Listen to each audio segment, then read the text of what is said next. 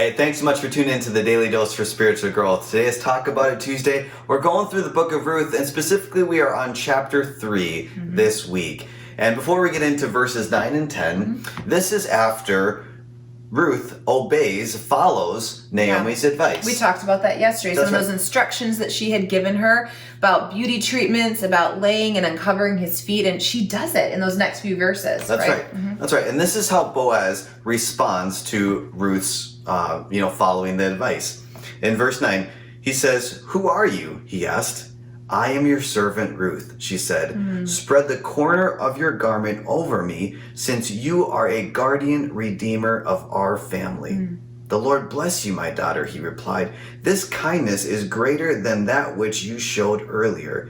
You have not run after younger men, whether rich or poor." Wow, so interesting. Yeah. Here it brings up that term, kinsman redeemer, and Pastor talked about that at church on Sunday. I encourage you highly to watch that message. Explain the correlation between what Boaz did for Ruth is really what Jesus did for us, and taking our place and being that sacrifice for us to be redeemed back to the Father. It's such a beautiful correlation there. But here we see Ruth humbly going to him to ask him to do that for her. Just as we need to do, right? Before we came to faith, we had to get to a place where we recognize, I can't get this any other way. There's no way that I can get connected to the Father except through Jesus Christ. And so I need to, just as Ruth here, I need to humbly go to Jesus himself. I need to ask for forgiveness and say, would you redeem me, right?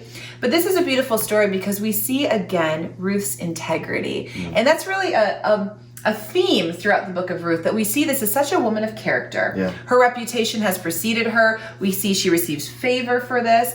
Really, her integrity was solid. In this situation, she's in private alone with Boaz, and he even commends her for saying, hey, you could have gone after some young stallion, right? That's right. Some hot guy that you liked, but you didn't. You came to me, because he would have been much older in age at that time. And I just was thinking, as we're talk about it Tuesday, integrity. We see throughout Scripture that God honors integrity, and really we see favor in life for having integrity. But in culture sometimes, do you think that's true? Have you ever had a situation where you tried to act with integrity and yet someone misconstrued that and either made fun of you or persecuted you or wanted to get you to change your opinion? I think often that can happen when you're trying to live in integrity and someone else doesn't want to. They want to go take the shortcut. They want to get the free meal. They want to sneak in the back door.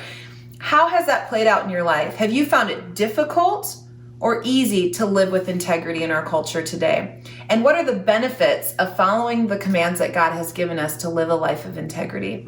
Well, no matter how you felt in the past, if you've maybe been made fun of, if it hasn't been the popular thing to do, or if you haven't always lived with integrity, let's be encouraged by the story of Ruth, that God honors those choices. That's right. God sees those things done in secret, and he'll bless our lives for it as we continue to honor him when people are watching and when they aren't. I want to thank you so much for tuning in today, and we hope that you tune in tomorrow for another daily dose for spiritual growth.